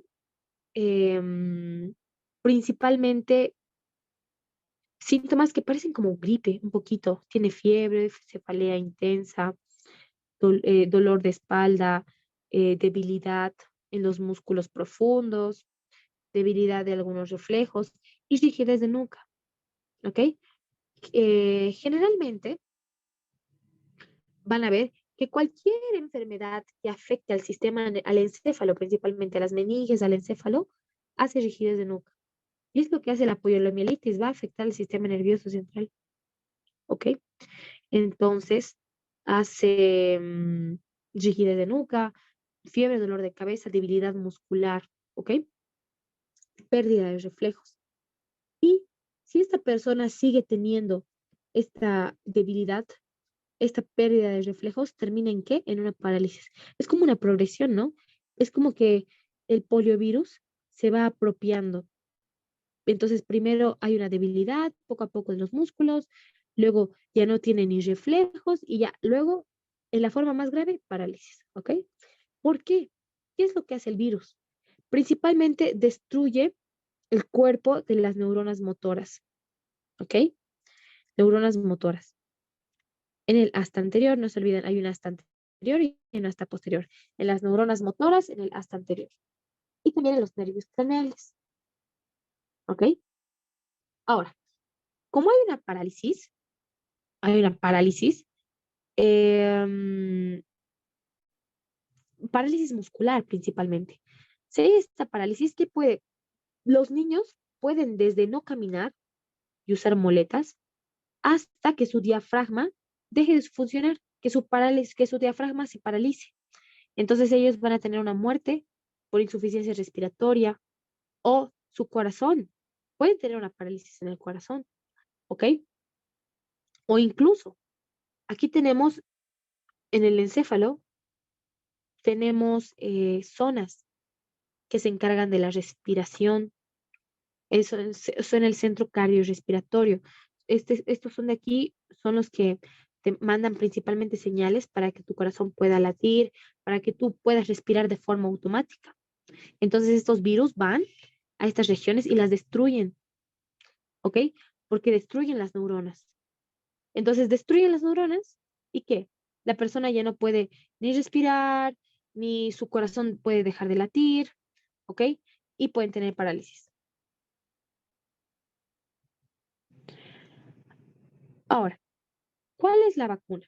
O bueno, en este caso, la vacuna fue muy importante porque la erradicó, ¿ok? Ahora ya no se ven niños con polio, la verdad, al menos creo que ya no se registran tantos casos como antes y es muy importante porque gracias a la vacuna se erradicó la polio y rara vez se encuentran brotes, ¿ok? Ahora, pasa muchas veces que un niño tenía poliomielitis y luego se curó, digamos, pero tiene un síndrome post-polimielítico. O sea, después de su recuperación, otra vez ha desarrollado polio o ha desarrollado este síndrome post-poliomielítico. ¿Y por qué? Porque hay una degeneración lenta de las neuronas. O sea, es como que este virus invade las neuronas, pero después sigue como, sigue destruyéndolas, porque las destruye poco a poco, ¿ok? Hace una degeneración lenta. El polio entra y la sigue destruyendo poco a poco, ¿ok? Ahora, generalmente en estas personas que tienen este síndrome postpoliomielítico, ¿qué desarrollan? Debilidad muscular, porque no se olviden, ataca a las neuronas motoras, motoras como de actividad física, ¿verdad? Motoras, motor, actividad física, de actividad. Entonces, ¿qué van a tener? Debilidad muscular, van a sentir cansancio, incluso dolor, ¿ok? Entonces, ¿cuál es el tratamiento? Piridostigmina, ¿sí? Piridostigmina para ayudar a la contracción, porque esta parálisis hace de que se quedan, que tengan como una flacidez. Entonces, la piridostigmina va a ayudar a que haya una mayor contracción, ¿ok? Vamos a darles factores de crecimiento, o sea, vamos a hacer que sus nervios como que crezcan, ayudar a que se regeneren un poco, factor de crecimiento nervioso, ¿ok? Y ya, ahora vamos a ver un poco de terminología.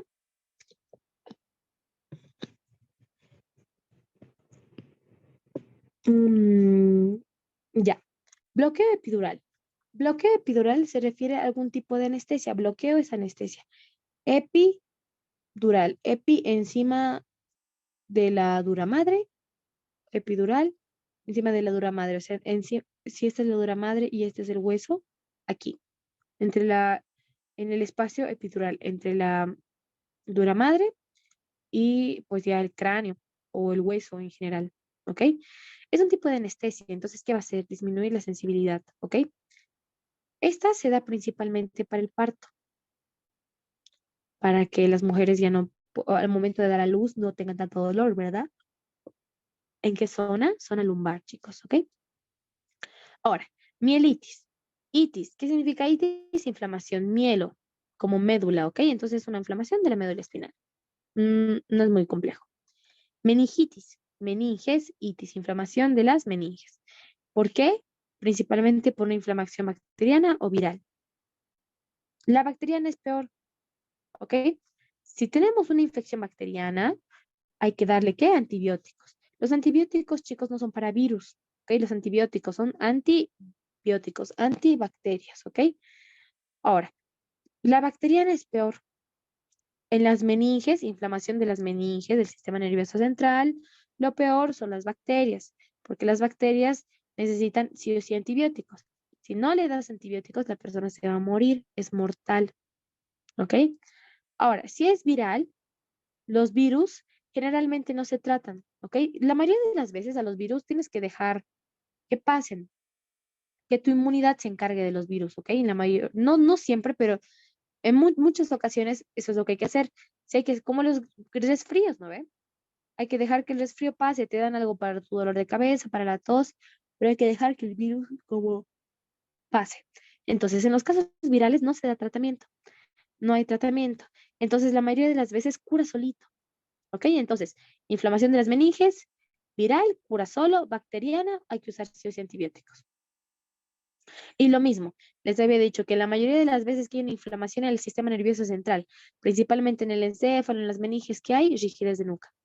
Que la nuca se pone rígida, tiene vómito, letargo, para tener fiebre igual, porque es una inflamación, ¿ok? La inflamación da fiebre. Luego, ¿qué son las parestesias? Parestesias son hormigueos, ¿ok? Es anormal, las parestesias son anormales, no es normal que sintamos hormigueos todo el tiempo, ardor o cosquilleo, ¿ok? ¿Por qué se dan estas sensaciones de ardor, cosquilleo? Porque hay un trastorno o una alteración al nivel de los nervios sensitivos, ¿sí? Bloqueo nervioso. ¿Qué son los bloqueos nerviosos? Bloqueo el nervio, o sea que tu nervio ya no pueda mandar señales. ¿Cuándo? En los casos de la anestesia. Una simple anestesia como la anestesia bucal. Si quieres hacer un bloqueo nervioso es un tipo de anestesia, que tu nervio esté bloqueado, que ya no mande el impulso. ¿Ok? Neuralgia, algia es dolor. Neuro, nervio, ¿ok? Entonces, es como un dolor en el nervio, ¿ok? Principalmente en nervios sensitivos, porque los nervios sensitivos son los que sienten, ¿ok? Ahora, neuritis, itis, inflamación de qué? Como que de los nervios o del sistema nervioso central. Y es eso, precisamente una inflamación de qué? Del nervio. ¿Por qué se puede inflamar un nervio? Porque hubo una herida, porque hubo una fractura o un golpe, ¿ok? También a veces las infecciones, o puede ser autoinmunitaria igual, ¿sí? La deficiencia de vitaminas, que nos falte vitaminas, hace que los nervios se inflamen igual, ¿ok? Y eso es todo, chicos. Tenemos algo de tiempo, así que voy a ver el chat. Si tienen preguntas, pueden escribirme. Am, Ahí voy a dejar de compartir la pantalla. Ya, si tienen preguntas, me escriben. Buenas, buenas, buenas, buenas noches. ¿Qué virus?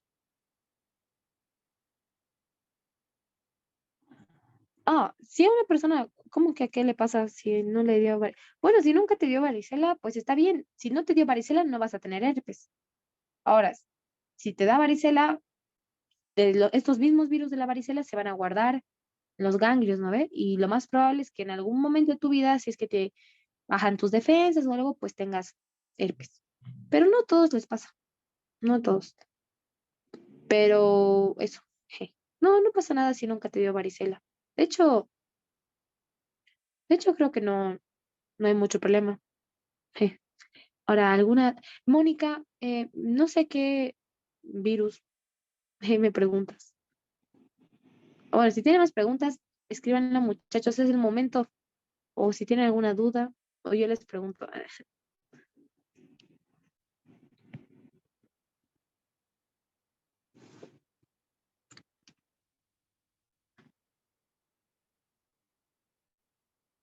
No hay dudas, chicos. O al menos díganme sí, todo bien, todo claro, algo pues, se pasó.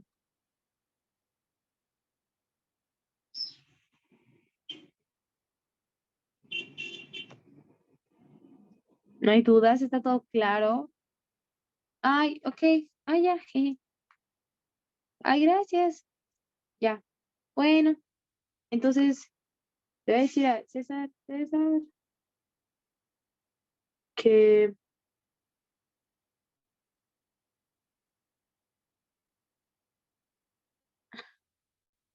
la varicela deja cicatrices porque mi compañera dejó cicatrices en la cara. Ah, sí, a mí me dio varicela cuando tenía 16, imagínate, yo estaba ahí pre-promo con mi varicela. Y yo no tuve tantas cicatrices, pero a algunos sí les deja. No sé por qué, la verdad. Algunos es porque se rascan, entonces es como que dañan, ¿no? La dermis y cicatrizan. Porque normalmente las lesiones secan y cierran bien. Pero yo creo que es porque ella tal vez se rascó mucho, o tal vez tiene esa genética, tal vez su cicatriz, tal vez su piel tiene eh, esa forma de cicatrizar y tal vez por eso ahora tiene cicatrices, pero normalmente no.